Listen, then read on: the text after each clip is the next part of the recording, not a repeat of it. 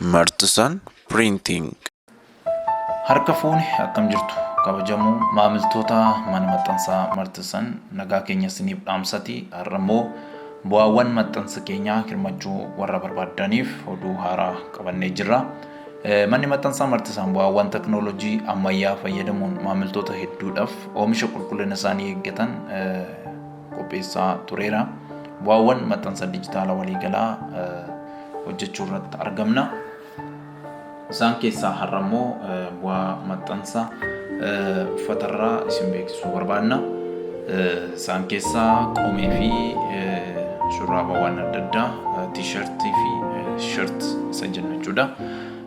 Gama biraatiin maxxansa alaabaa, faajjiiwwan ergaa fi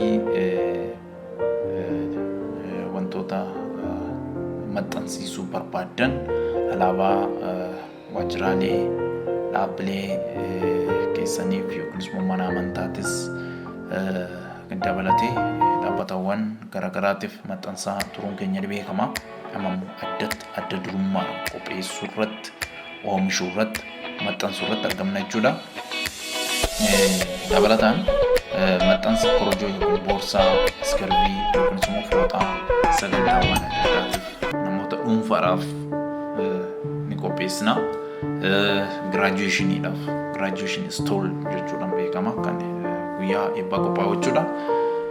Mallayyoo yookiin immoo qoobii sadarkaa isaanii eeggatan maxxansa guutuu waliin dhiyeessuu jalqabneerra.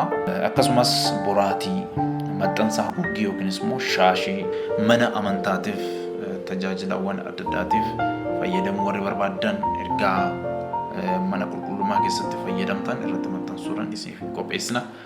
Mana keessan keessattoo faaya TV irra kaawwaman, jiippaasii irra kaawwaman, soofarra kan kaawwaman ni qopheessina, ni oomishna, ni maxxansinas. Boraatii yeroo baay'ee wanti kun hin baramne namoonni jaalallee isaaniitiif kennuudhaaf itti fayyadamu. Hamma garuu ergaa barbaadan boraatiiwwan soofarra keewwaman, siree keessan irra keewwaman, iddoo hojiitti kan fayyadamtan maxxansa adda jechuudha. Kennaa jaalallee keessan, hiriyaa keessan, haadha manaa akkasumas haadha warraa keessan, mootummaawwan keessan keessattiyyuu akka faayaatti fayyadamuu dandeessu jechuudha. Tajaajila keenya fayyadamaa ta'uudhaaf fageenyi isin daangessaa? Isa kanaafis immoo falasaa qabannee dhufneerra.